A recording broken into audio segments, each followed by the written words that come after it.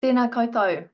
Hello and welcome to EMPA's webinar for March, our third webinar offering for 2024.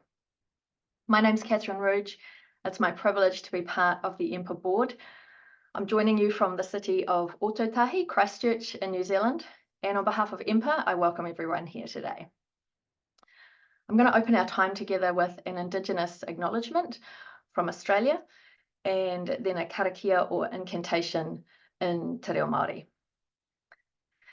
In the spirit of reconciliation, EMPA recognises the traditional owners of the land on which we meet today and the communities of many diverse peoples across the country and the world with their continuing connection to land, place, waters and culture.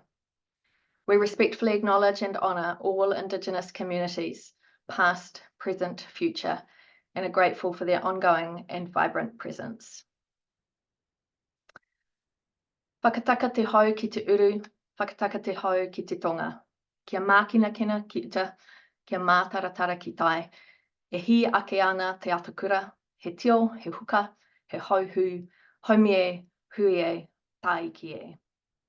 Those words are a modification of a longer karakia, which tells the story of the waka or sailing vessel Takitimu, which survived a storm when exploring the coast of South Westland in New Zealand, because it was well built and well managed.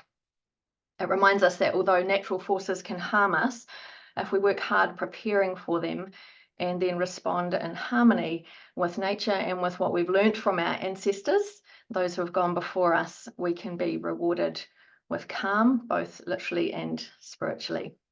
So welcome. If you're new to our community, EMPA stands for Emergency Media and Public Affairs, and we exist to lead and support the evolution of effective communication and community engagement before, during and after emergencies by providing a network for all who practice and research in this sector.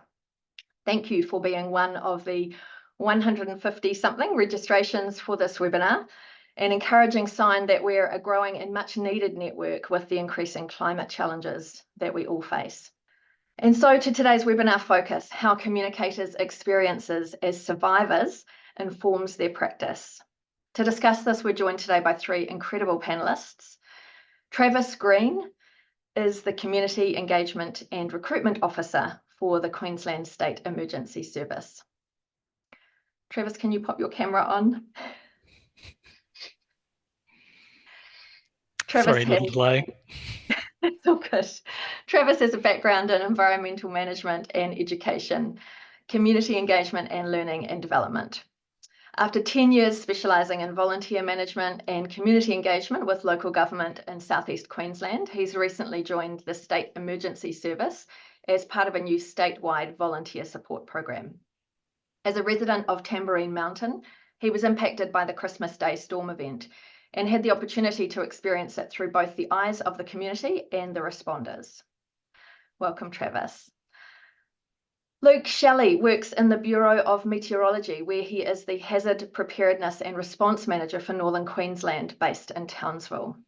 Luke has worked for the Bureau for 15 years, during which time he's managed projects and initiatives across weather, climate, water, commercial weather services and agriculture. A primary focus for Luke in his current role is leading customer engagement and the delivery of operational services during severe weather events in Northern Queensland. He brings lived experience of the very recent cyclone Kirrily, which I think made landfall in North Queensland on the 24th of January this year. So some very fresh experience there. And we also have EMPA Board Director Bron with us. Bron's a director at the Australian Government's National Emergency Management Agency. She has a Master's in Disaster Resilience and Sustainable Development and holds United Nations Institute Training and Research certifications in Disaster Risk Reduction and Sustainable Development. Bron's involved in numerous projects, reference and advisory groups on disaster, risk and resilience capability, drawing on her lived experience to provide a voice to those people who may be impacted by disasters in the future. She's got a particular interest in risk reduction for people with disability, women, infants and children, and other people within our diverse communities who are often disproportionately impacted by disasters. Until mid-2022, Bron was a member of the Australia-New Zealand Emergency Management Committee's Community Outcomes and Recovery Subcommittee, leading on national projects to build national capabilities in disaster preparedness and recovery. And she now leads a team at NEMA establishing a national emergency management stockpile capability. Bron will be sharing with us today her lived experience of the 2009 Black Saturday bushfires that swept across the state of Victoria. So welcome, Travis, Luke, and Bron. Before we hear your survival stories, even though I've just read a description of your roles and backgrounds, I'd love it if you could just briefly explain in your own words how your daily work relates to emergency communication, just so that we can better understand your current context. And we'll start with you, Travis. Just to give a quick roundup on our roles, we currently are in the process of joining Queensland Police Service, coming out from under the Fire Service. So there is basically new roles are being created to help support the SCS moving forward. My particular role is a community engagement and volunteer recruitment role. So a big part of my role moving forward is helping us better engage with the stakeholders that surround our volunteers, helping us better communicate with our community and getting them prepared for disaster. And then, of course, the other thing is making sure we've got plenty of volunteers to be able to help out when that time comes. Great. Luke. Yeah, hi everyone. So I'm the manager of the Northern Queensland office for the Bureau. So my role is very much targeted towards decision makers in Northern Queensland. So we don't do day-to-day weather, so to speak. So your general weather forecast isn't our space. Our space is very much in the preparing people for the wet season. And so that's what we do, I guess, during the dry season here, which is coming up and everyone's looking forward to. And that's all about the preparedness and prevention space. But then when it becomes to sort of November each year, we kick into our response and recovery mode, which is where we're very actively working with local councils in Queensland, but also emergency services like Queensland Police Service, at the moment, QFES, ambulance service, SES, and so on. So very much targeted towards, I guess, more behind the scenes than you would see. We don't do sort of media and public community facing work, but very much behind the scenes with those decision makers in emergency management. Wonderful, thank you. And Bron. Hello, thank you, and it's so lovely to be here, invited to speak. So yeah, as Kathryn sort of introduced me, I work in a policy and capability development and delivery area within the Australian National Emergency Management Agency. So while similar to sort of Luke, while my role isn't directly sort of involved with communications with community, I guess the decisions that we make in the policy and capability space will have a direct impact on how we might communicate with communities pre, during and after a disaster as well. And I think, you know, I've had sort of multiple different roles within at the federal level in emergency management, which have had those components of emergency communications built into them inherently, particularly in that sort of disaster preparedness, disaster risk reduction space. You know, really, how can we support preparedness for, as Kathryn had mentioned before, those people in our communities who are often disproportionately impacted by disaster events. Wonderful, thank you. So it's great to have three quite different interactions with emergency communications and response. Really looking forward to what each of you are going to share with us. Now we get to the very human part of today's webinar. You've each been through very different emergency situations in different parts of Australia. And for us to explore how those experiences inform your current practice, we as an audience need to have a window on what you've been through. Before you share your stories, I just want to acknowledge that for those of us listening, there might be elements in what's shared that is triggering for any reason. We don't always have to have been through the same situation for our brains to make a connection that can sometimes catch us by surprise. So just a reminder for everyone listening to please do whatever you need to look after yourself as we hear from our panel today. So Bron, I'll start with you. Can you take us back in time to 2009 and the Black Saturday bushfires that were burning across the state of Victoria and your personal experience? No worries. Thank you, Kathryn. And yes, wanted to reiterate that some of my story can potentially be a little bit triggering for some.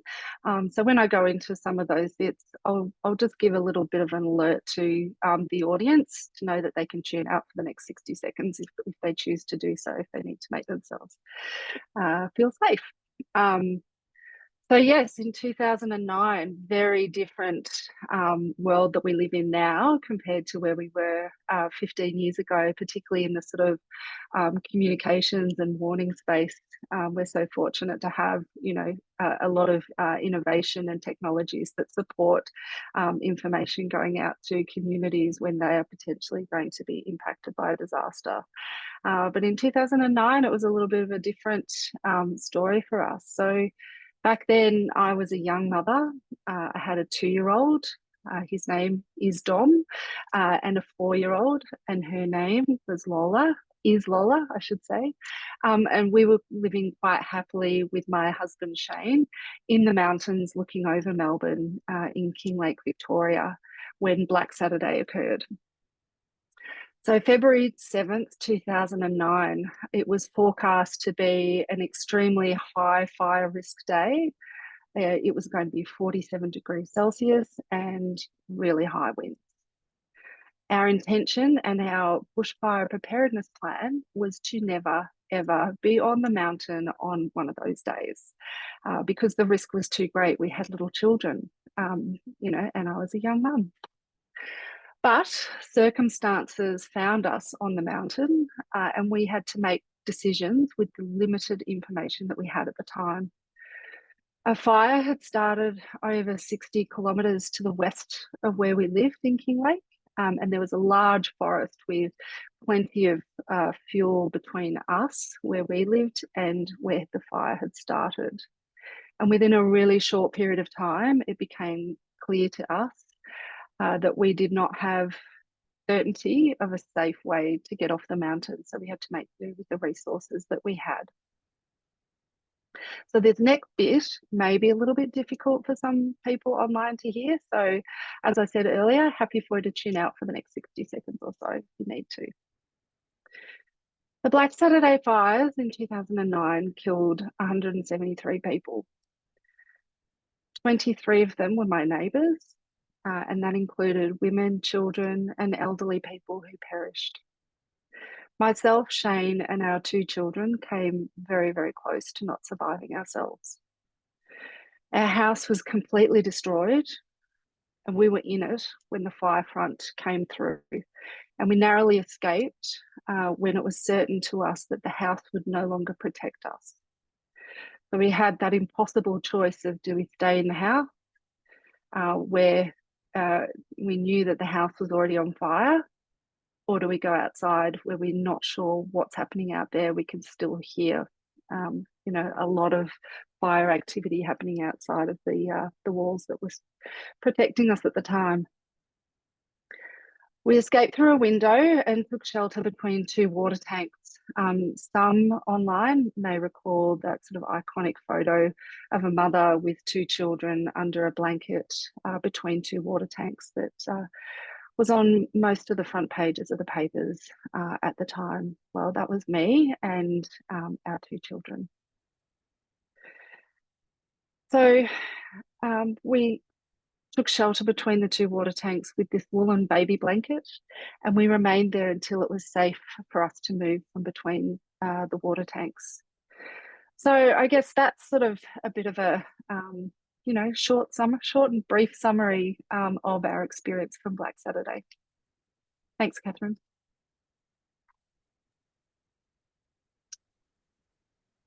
Well, thanks, Bron, for that very, well, just sobering recollection.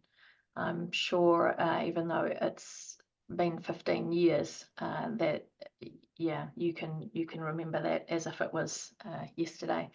I will just move on to Travis now. Can you fast forward in time to just the recent past with Christmas Day last year and your experience on Mount Tamborine.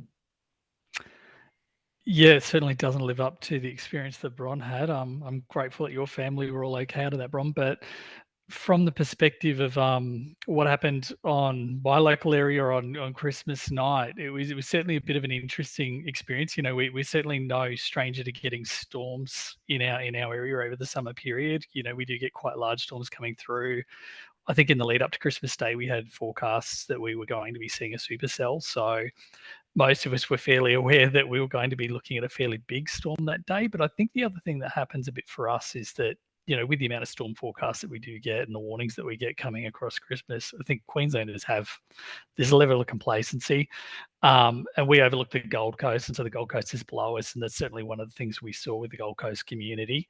But yeah, leading into Christmas Day, obviously we all had a wonderful time with our family. We were packing up. We had Christmas Day at my place, so we were packing up that night, doing the last of the dishes. I think it was probably around about 8:30 at night, and we look west out of our kitchen window. So we were sitting there watching the lights flickering on the horizon and kind of going, "Oh, this is going to be a good storm." But you're just about ready. My partner was in bed, and suddenly became aware that the power wasn't behaving quite the way it normally does. And, you know, for us up on the mountain, we lose power quite regularly during storms, but it's usually in the middle.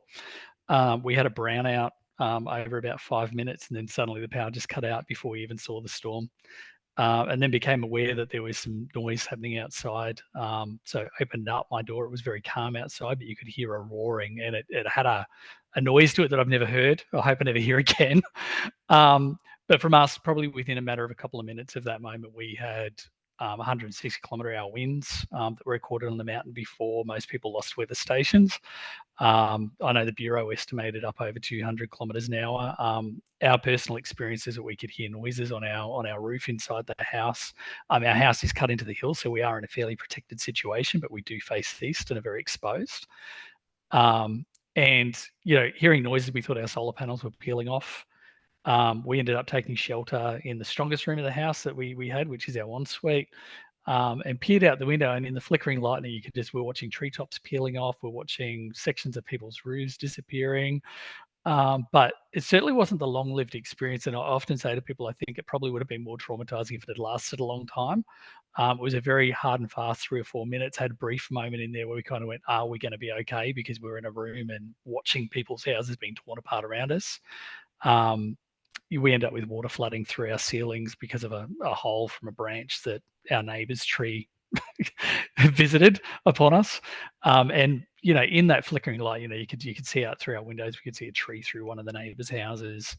And it took a while, like in a nutshell, probably 30 or 4 minutes after the storm before we could actually get out on the street. But we kind of had that creeper lightning that was going through the clouds that you get with a large supercell after the storm. And I can still remember just standing out on the road and looking at that light lighting up our little community because everything was black otherwise, and just seeing the damage. And, you know, all the neighbours were just filtering out of their houses. It was the same experience. And it probably wasn't until a day or two later that we actually became aware of how big the situation was.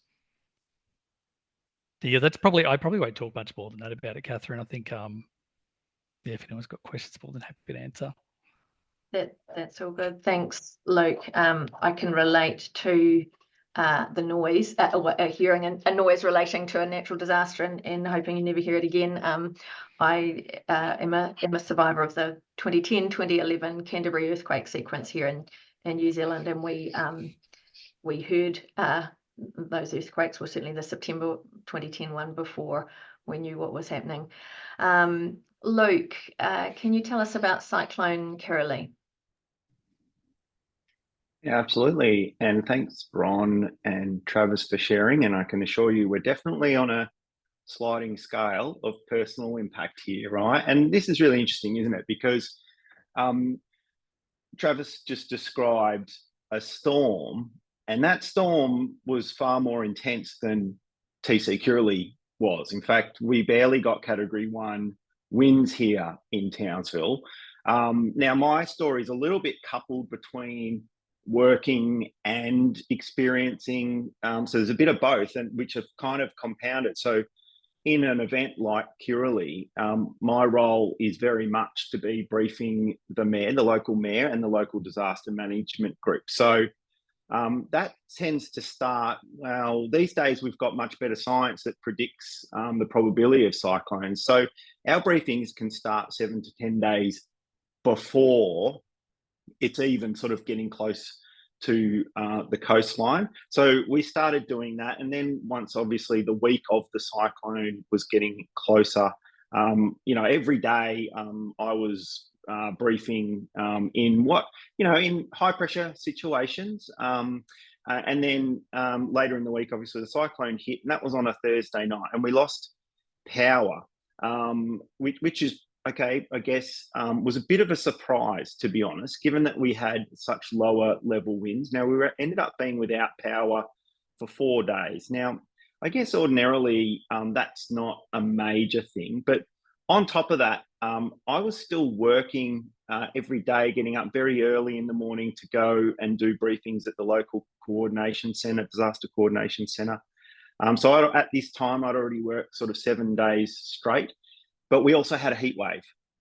And so it was just impossible to sleep without no fans, no aircon. And so for me, with the pressure of my job, but then coupled with the physical, my body just packed it in, and I literally just sort of hit the wall. And I think after that, I got quite unwell and had a couple of weeks off work for that. And I guess the other side to it here, but again, I just want to put that in perspective for the other stories that we've heard here. We were very lucky. So TC Curly, in the end, we barely got 100 km/h winds here in Townsville, but almost 80% of the population in Townsville lost power. So what's really interesting here is, and I think this is something we need to consider, is, and we can talk more about this in a moment, but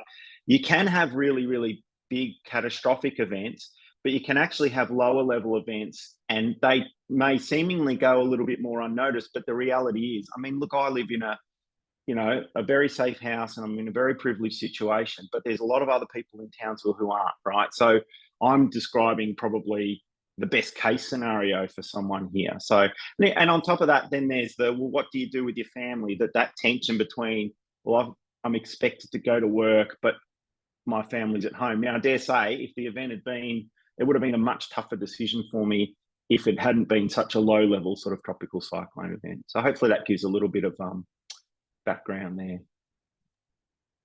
It does. Thanks, Luke. And I think it's really, you've raised an important point around it's not always the magnitude of the event that sometimes there can be a disproportionate impact on communities compared to the size of the event, and we often can draw, it's easy to draw linear links and go, wow, big event, catastrophic impact, and small event, therefore it'll only have a minor impact. But you've also raised something that I'm sure anyone who's worked in emergency comms and management response will be very familiar with, which is that moment when your body hits the wall, and also just the compounding things, the things that perhaps are a bit unexpected, or the secondary things, like you mentioned, a heat wave on top of 80% of a community not having power, and the ripple effects of all of those when people are already sustaining numerous sort of baseline stresses in their daily lives, can certainly provoke a much bigger or secondary emergencies. Just to stay with you, Luke, for a moment, how can you tell us a bit more about how that experience, and it's quite recent, only in the last few months, has impacted your daily work now? Are there any decisions in terms of the way you approach things, stakeholder groups? You mentioned earlier, you provide information for decision makers, which is obviously a critical part of emergency preparedness and response. Talk us through some of that. Yeah, there's a lot of things, I think. that have come out of this as a learning for us. And I should say, I mean, this is not something that's isolated to just me in Northern Queensland. We have the Bureau of Meteorology and our staff during severe weather events. We have an enormous amount of expectation on us all around the country.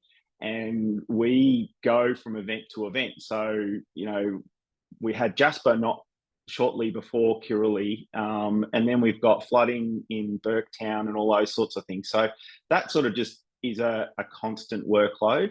And one of the things that's definitely come out is how can we just manage those expectations a little bit more? There's no shortage of demand, but we've only got, you know, a finite amount of resources to be able to, you know, be able to get around and talk to everyone. So how can we do that better? Certainly working better with our emergency service partners is one thing that we've started conversations about. There's one other challenge, which is that I found myself in the, I guess, in the briefing situation, trying to educate and walk the customer, I'll say the customer, but those decision makers through the caveats and how to use the information appropriately. And it's apparent to me that we need to do a lot more in that space, you know, sort of in the quiet time, so to speak, so that they're familiar with the sort of information they're going to receive, and then they can make a decision a little bit more quickly or effectively in the heat of the moment, right? So that's one area. But the other side that you sort of touched on there, which is how can we refine what people need? So we give weather briefings, but I think there's a lot more we can do in terms of, so I'll give you a really good example. We'll give a daily brief and we talk about a whole lot of different aspects of the tropical cyclone and its approach and all those sorts of things. Now, in the end, it really came down to one really critical piece of information, and that was what time would we get gale force winds in Townsville? And it was the same, I should say, I wasn't just briefing Townsville, we had Burdick and Shire Council, anyone from Mackay to Cairns at the time. The key information was that wind speed. And the reason is that wind speed is a trigger point for a lot of policies that are managed at the local council level. So one is getting cars off the road, issuing of emergency alerts so that people, you know to take shelter. It also impacts the opening and closing times of cyclone shelters and refuges, right? So, and actually even further than that, that advice that we provided helped the hospital adjust shifts so that people could come to work and be safe in the hospital before their normal shift would start and things like that. So one piece of information, and in some ways you could, let's just say for argument's sake, I'm making it up, I presented 12 slides. Well, the reality is maybe we only needed 2 to really get to the point. And so I think that's a big part of it. That must be quite a challenge when, like you say, there's one metric that everyone's on the edge of their seat waiting for because that's the trigger. But I can also imagine that you necessarily want to provide a full story and context, because also, without a crystal ball, if your metric is slightly out one way or the other, there are, implications either way. That is the most challenging aspect of the information that we provide, which is uncertainty. And it's a challenging concept for a lot of people. And dealing with, as Travis alluded to, when your metrics are slightly out, the complacency that results because, well, you said this last time and it didn't quite happen, so it's kind of the boy who cried wolf, or in the minds potentially of consumers and the people you need to take every bit of information seriously. I'll just mention a question that's come through the Q&A. Thanks, Barb. Are there any changes that you've been able to make at home from a prep point of view to prevent the impact that you've experienced? Yeah, So I was no, just going to that say, makes but sense. Barb might be wanting to know from a well-being point of view, Oh, but yeah. as well as the actual event. Yeah, right. I mean, from a well-being point of view, the key really is having more systematic approaches to how we roster staff and manage expectations with customers. And that's not just for me, that's for everyone. And but at home, look, the key thing is, I'll be really honest. I was a bit naive, so well, not maybe, I'm a bit over informed, right? Because I work for the Bureau of Meteorology, and we sort of go, category 1, category 2 cyclone, and just as again, just referring back to the experience Travis described, 200 plus hour winds. Well, a category 1 and category 2 cyclone is less than that. So we sort of go, oh, that's okay. That won't do much damage. Now, and I've only lived in Townsville for 2 years. I don't think, and we haven't had a severe storm or a cyclone in Townsville for a long time.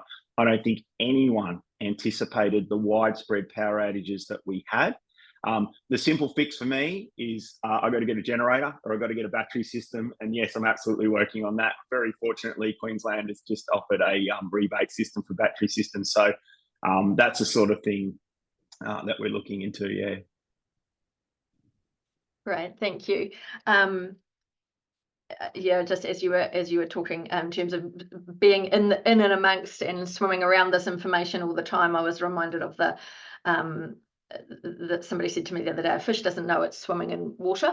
We can look at that, and I mean, I'm not sure. I don't think anyone's ever interviewed fish, but they might actually. But you're in that environment, and so you forget, or perhaps don't have the same awareness of it. Travis, can you talk to us about your experience Christmas Day night, in terms of how that has informed and changed anything about the way you do your work on a daily basis, thinking about your critical role in recruiting volunteers and getting the man and woman power to support response efforts? Yeah, look, I think we said in the office just before Christmas that we need a good event to help us with recruitment. And for the SES, unfortunately, that usually does drive a lot of our volunteer recruitment, because people see in the community the good things the SES does and they want to be a part of it. So it's definitely helped us drive recruitment. But I think from my perspective, on a personal level, I had been in the role, I'd started early October. I came from a conservation management background mostly, so community engagement, conservation management, and I was bringing those skills across into a new role, trying something different. And I was just trying to work out, how the SS operated, how it all functioned. So from my perspective, it was a really tremendous learning experience. Being frontline on a disaster, being a community member who's affected, as well as being someone who's then going into where you have the regional operations centre was stood up, and I became part of that as well. And my focus was community education, trying to get as much messaging out as we could in that space. But I think just being able to sit on both sides of the fence during that event, being able to see what's going on behind the scenes to make operations work and support the communities, but also then going home and actually experiencing it. We had 13 days without power on the mountain. We had no communications for a really long time because mobile phone towers were out, the internet was out. So just really getting a good understanding of what that community needed and what they needed from us. And I think how that's rolled back into my work is, one, we've gone back to some more basic ways of communicating. I'm keeping stockpiles of just about everything because we ran out of stock of a lot of things and we had to go to printers. But then the other thing is really just trying to get the community aware and ready to go. And I know communications that we've had with our stakeholders, being local council and police, they're all kind of going, the Gold Coast is this beautiful, lovely spot. It's used sunshine and roses most of the time. But when the weather gets bad, the community just aren't ready for it. They sort of, the resilience isn't there. So that is a big thing that's a driver in my space at the moment, is how can we make our communities more resilient? How can we get them prepared?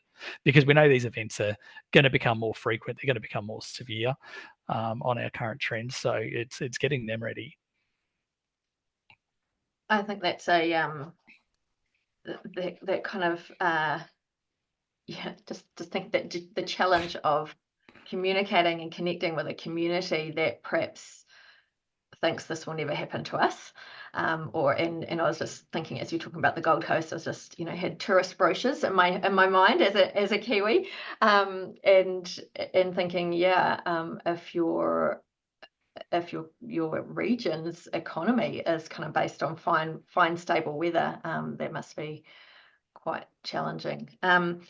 You mentioned stockpiling, which I know is that's a magic word for Bron in her current role. So we'll move to you now, Bron. Can you tell us how your experience informs your day job currently and your passion areas that you work in? No worries. Thank you, Kathryn.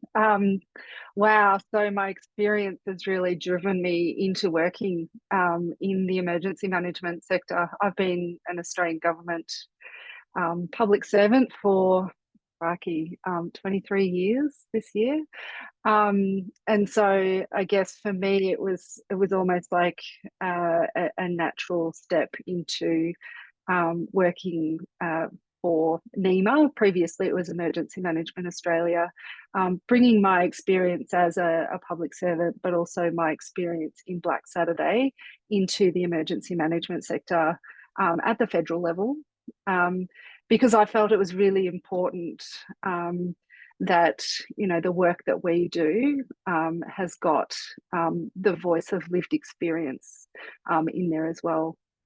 And this can present a couple of challenges because, I make myself vulnerable sometimes because I have to share elements of our experience because I really need to, I guess, impress a point on a particular stakeholder group. And, that can sort of, be challenging at times, but for the most part, I find stepping into that space has been really important. It's been empowering from my own lived experience perspective, but I think it also one of the things that I find really benefits my sort of work and my workplace is that I can actually communicate to my teams the why it is that we're doing a particular piece of work, slogging away on a project, because it's important, because I've lived it, and I'm able to express that to my teams. And that really, I think, gives them a good idea as to why they're doing it, and it helps to motivate them as well. Thanks, Bron. I know that in comms, the number one rule of comms is know your audience, and often, in digital web development projects, particularly the classic, build your personas, and I guess for your team, you are you're a living persona for them, and the same for each of you, for Luke and Travis as well. I'll just jump straight into the Q&A questions that have come through so far, and just encourage everyone that's on the call to please do fire your questions through there. This is for any or all three of you. What's your from Luba? What's your approach for communication with a diverse community? So different languages, mentality, different cultures, different values. And how do you manage differing community expectations in that context? Anyone like to kick off with thoughts around that?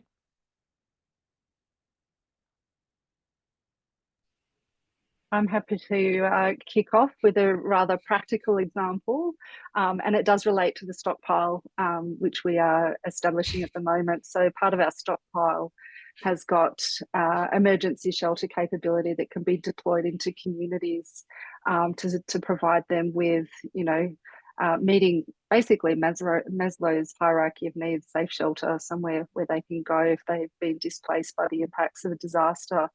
And one of the small but really important communication pieces is that every sort of accommodation hut or shelter hut, plus the bathrooms have got signs on them that have also got braille on them. So people who are vision impaired and need to sort of communicate or understand where they are able to find their accommodation or find the right bathroom to go to, just through that simple sort of addition of making sure that all of our signage is in braille as well. So that's just one small example that's quite practical and tactical. But yeah, I guess one of my passions is making sure that no one gets left behind.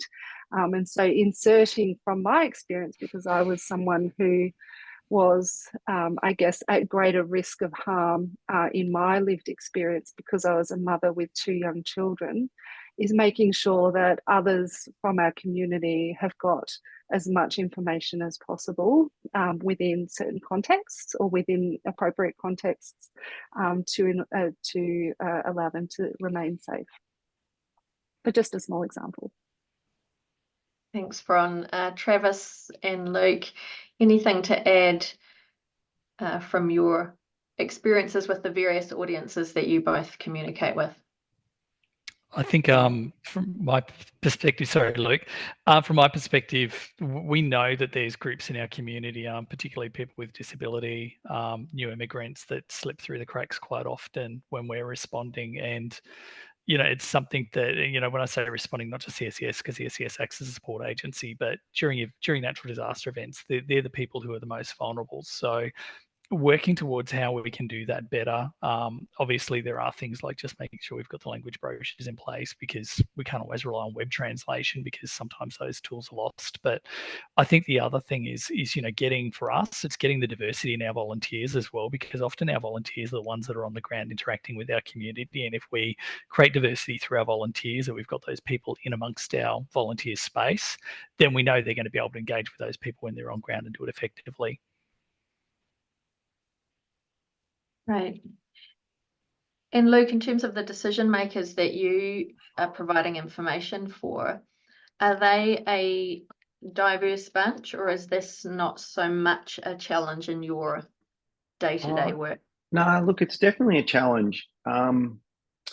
So being in North Queensland, Northern Queensland, I should say, and I say that very particularly, right? So North Queensland pretty much means Townsville.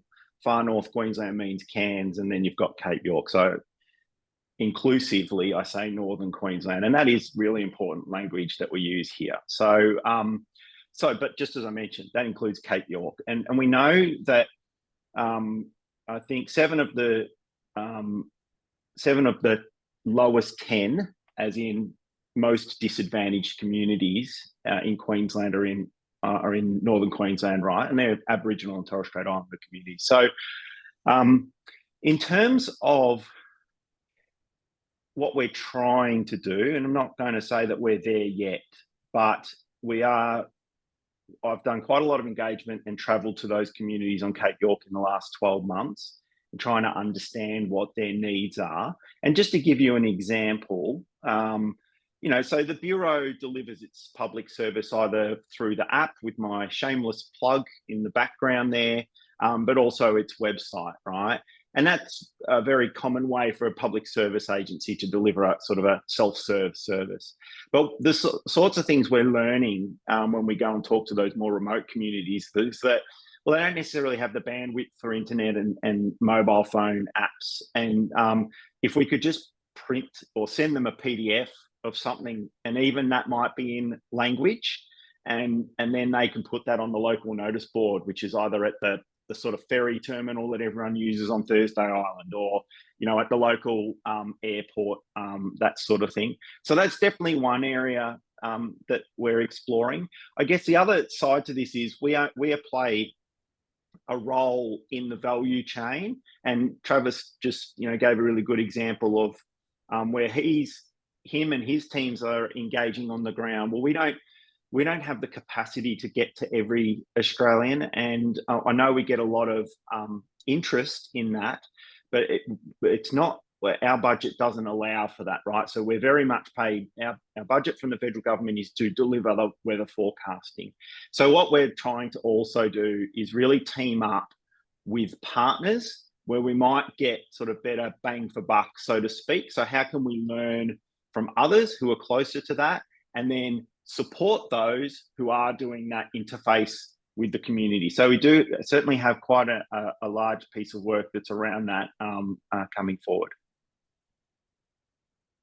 That's really exciting to hear about. Thank you. Just want to come back to Travis and the word complacency that you mentioned earlier, because I think that's a really relevant mindset challenge in our audiences to tackle.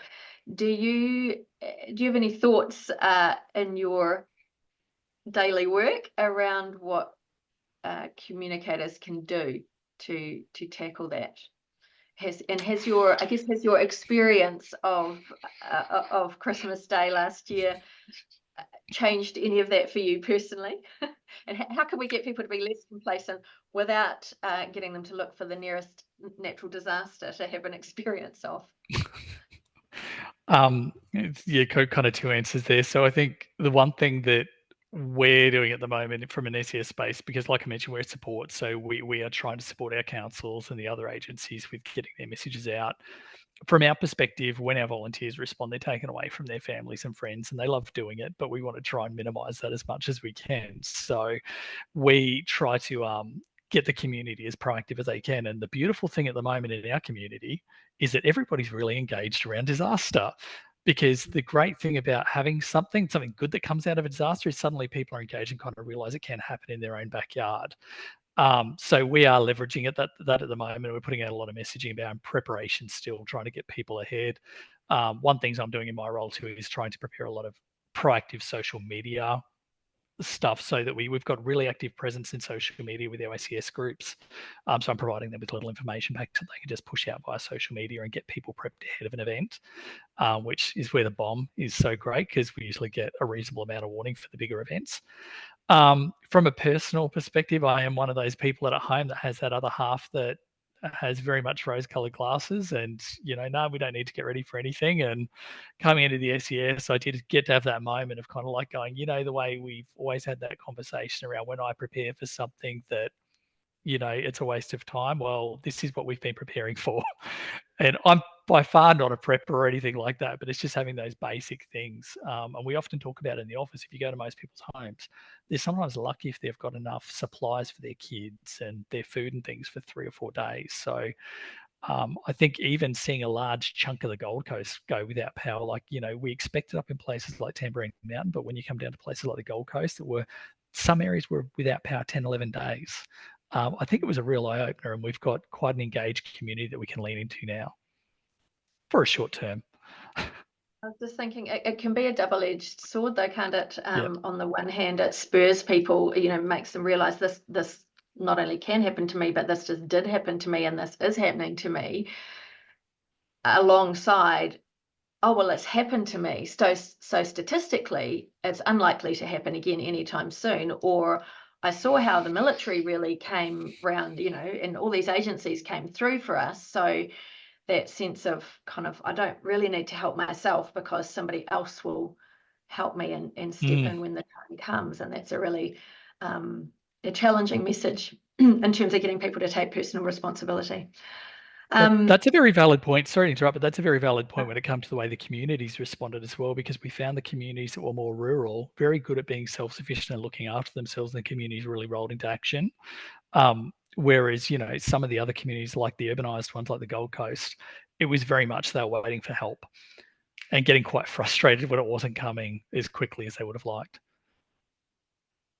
Yeah, and I think sometimes tapping into a social conscience around, well, okay, you're not worried about yourself, but how about your neighbours? What can you do to be prepared to help your neighbours? And Bron, thinking particularly of all the marginalised and vulnerable communities that you have a passion for. We've all got those people in our communities, and there's always something we can do to help them, even if we think we'll be fine. Travis, I'll just whip through some quick questions in the Q&A. There's that one there. What impact does your story have when you're doing community engagement activities? I think it's always great to be able to tell your own story without trying to ring your own bell as much, but it is good, particularly, and in the stories of my community as well. It's not all about me, but being able to see, like, there's an old gentleman that's probably 150 meters from my house, but he was on the very western side of the hill, and he was the house that a lot of people would have seen in the media where 3 walls of his house were left standing. He lost his entire roof. The only room that remained was the one that he was sheltered in. So he's 84 years old. And those sort of stories, just to be able to kind of talk to that about looking after, and it was his neighbours that came to his rescue and supported him. The fireys nearly turned themselves inside out looking for him because they thought he was a casualty. And I think it was 18 hours before they managed to come across the fact that he was sheltering with one of his neighbours who'd come and collected him. There's no substitute, is there, for personal stories that people can make a real connection to. A question from Karen, having a seat at the table, this is for any of you, having a seat at the table for people with lived experience in emergency management planning is critical.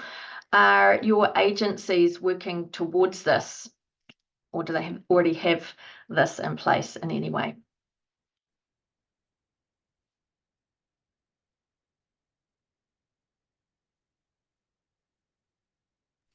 Sorry, could you repeat that again? I just realised that question was for me. No, well, for anyone. So anyone as well. Just thinking about your agencies in terms of having a seat at the table for people with lived experience.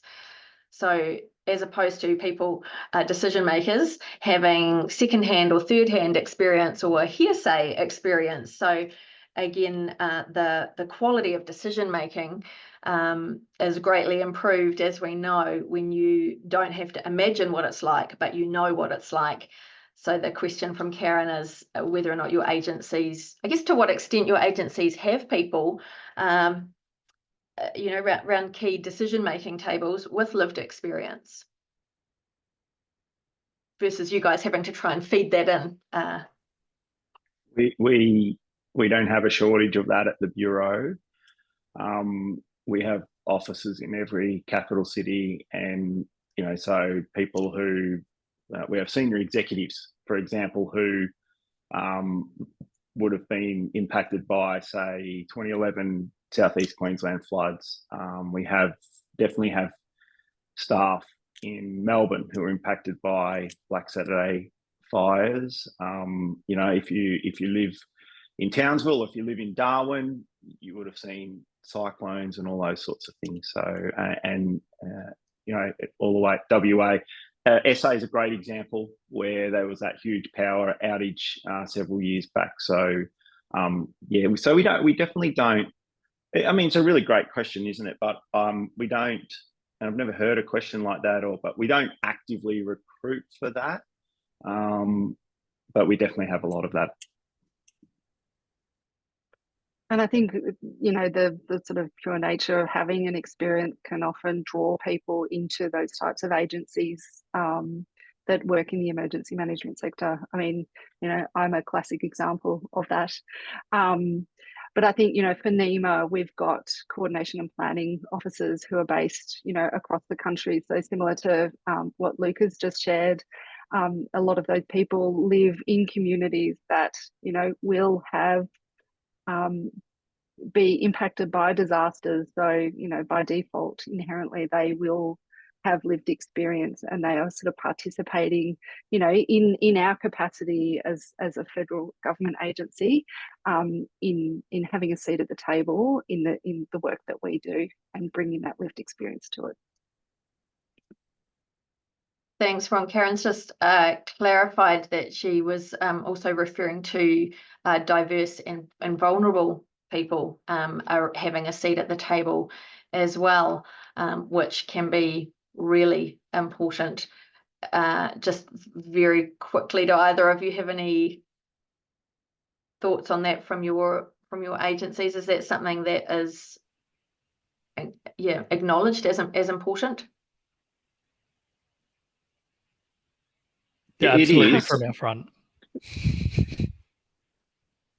Yeah, I think so. I Look, mean, go, Bron, you're right. I was just going to say, absolutely, it is something that we do. We ran the National Preparedness Summit last year, and we had a whole sort of sector dedicated to people with disability and diversity to participate in that sort of National Preparedness Summit, which was in preparation for the 2023-24 higher risk weather season.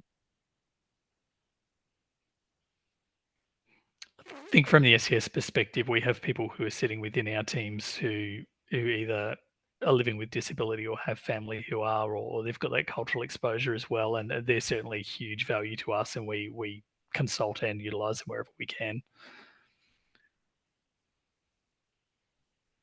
And look, I was just going to say, we definitely, in terms of diversity, we recognise at the Bureau, trying to get a workforce that is reflective of the Australian community is really important. But it is very challenging, and particularly in a very specialised science and technology field, and where we're placed. So we're, again, just sort of highlighting, we're not as close to the customer as some of the other agencies, like the emergency services, but we certainly recognise it. I think for us, an area that we could definitely do more is sort of focus groups and things like that, where we can get feedback directly from some of those parts of the community, is the sort of thing that we're looking to address. Thank you. We've got one more question in the Q&A. I'm going to combine this with my last question for each of you. So if we can have sort of a 30-second each answer, and then that's our 60 minutes, which has just flown by. So Jan has asked, and I think part of this has been answered in the course of conversation as well, which is why I feel okay combining it with my wrap up. But Jan has asked, how do you use your experiences to facilitate cross-stakeholder engagement in disaster preparedness, response and recovery to ensure community expectations are met? Now, there's a lot in that, because of course we have to know what our community expectations are, and I guess having been through the experiences you've been through, your experiences your expectations as a member of the community might have changed as well.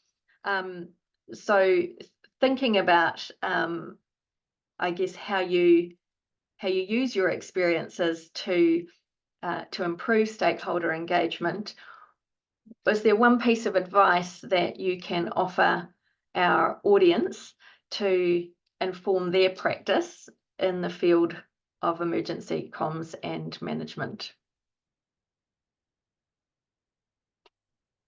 And I'll go left to right on my screen. I'm happy to go. Are you? Okay, yeah. Go, Luke. I think, I mean, my experience doesn't, it's my job to collaborate with other stakeholders and partners in this space, and my experience doesn't change that. But I think community expectations is a bit of a loaded question. I think, and Travis touched on this, but Bron did as well. So Bron in opening sort of talked about, well, we had a plan, and and there were circumstances that got in the way, but we had a plan, and I think it's about that, right? So my expectation is, as an individual member of the community, and I'll be honest, the only thing I got wrong was not having a generator. Everything else, we have a saying in the Bureau, which is, there's nothing more embarrassing than a Bureau of Meteorology employee turning up to a meeting sopping wet because they didn't take an umbrella, right? Because they didn't read the forecast. And it's the same thing, right? So if I'm in this space, first and foremost, I should look after myself. Look, back to, I know that was a bit of a side thing. The challenge, I guess, the challenge for us to meet here is, I think we're really good at creating stuff. Mm-hmm. It could be websites, it could be apps, it could be PDF flyers, whatever. But I just wonder if are we great at working together for shared outcomes? And what I tell my team is we don't have to do the work if we get the outcome we're looking for. And sometimes the best work we can do in our roles is to get the right people together to work together, right? So that last question from Jan is, I think, absolutely what we must be continuing to do in the future. Thank you. That is a fabulous reminder of the importance of cross-agency collaboration and yeah, the power of that. Travis, you're up. I think from my perspective, like, we very much are an agency that acts as supports for other agencies. So, you know, that communication piece is so important, is knowing where we can step in and where we can do what we do. But I think the biggest thing is that learning that, one, you can never communicate enough, but then on the back of it is just kind of, you need to be really sort of flexible and fluid in your response. There's things that pop up in that community response. And, you know, I remember seeing it within the tambourine community, where you've got access to resources and things that, you know, people putting their hands up to help. And the challenges of then trying to bring it into a government space where you're trying to manage risk and all those sort of things that go with it. And I think it's just taking that opportunity to learn from it. And then I think, you know, Luke touched on it earlier, is in your downtime, using that experience to then improve the processes you've got and to really reflect on what it is that you can do better. I think, and then the flip side of it too is that I think we've got this community and an age where we are in control of most of what happens around us. And I think that kind of lulls that community into a false sense of security where, you know, sometimes things that happen that are outside of the Bureau's responsibility and ability to be able to forecast, you know, and us to be able to respond to. I mean, on the Gold Coast alone, we had over 6,500 jobs across Christmas. And, you know, the frustrations of the community and volunteers not being able to respond immediately. But it really does come back down to getting people to understand that at the end of the day, we all need to be resilient. We need to be responsible. We need to help those people around us. Thank you. And Bron, final thoughts. Final thoughts. Wow.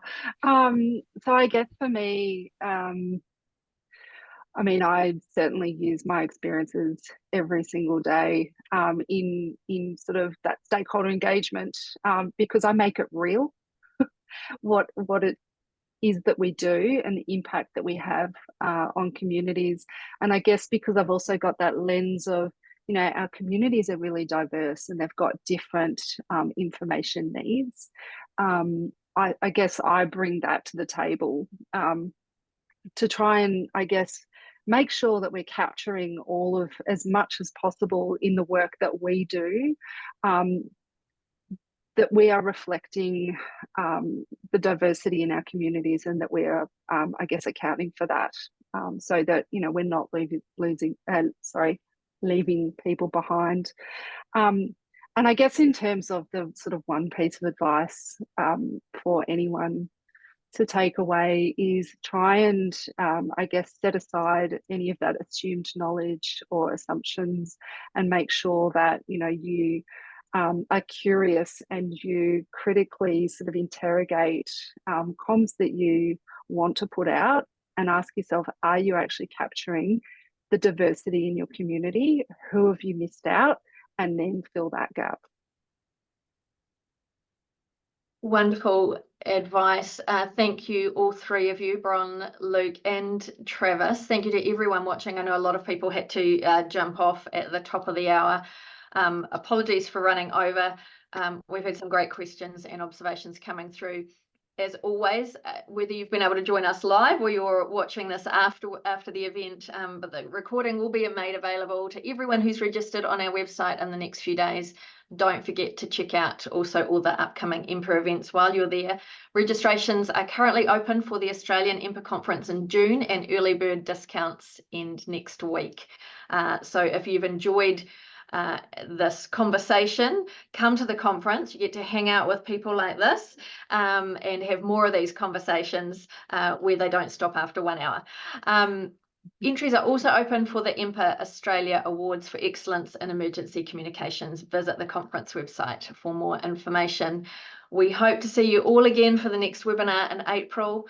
Until then, on behalf of EMPA, stay safe and well. Thanks for being here. Thank you.